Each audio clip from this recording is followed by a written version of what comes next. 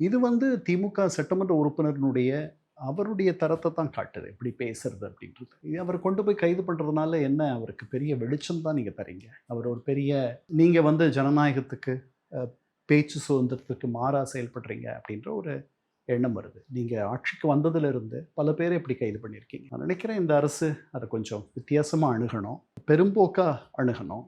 இதையெல்லாம் கவனிக்காம, கருத்துல எடுத்துக்காம, இதற்கெல்லாம் முக்கியத்துவம் தராம, இது இவர்கள் முக்கியத்துவம் தர அது செய்தி ஏடுகள்ல வருது, ஊடகங்கள்ல வருது. இது ஒரு விமர்சனம் ஆகுது.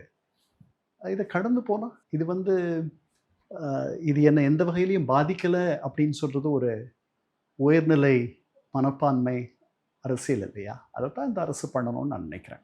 அது எப் உண்மையிலேயே ரொம்ப ரொம்ப ஒரு ஒரு ஒரு ஒரு மனிதருடைய தனிப்பட்ட வாழ்க்கை, இந்த அந்தரங்கத்தை விமர்சிக்கிற மாரி ஏதாவது இருந்தா, அது கொஞ்சம் அத நம்ம தட்டி கேட்கலாம்.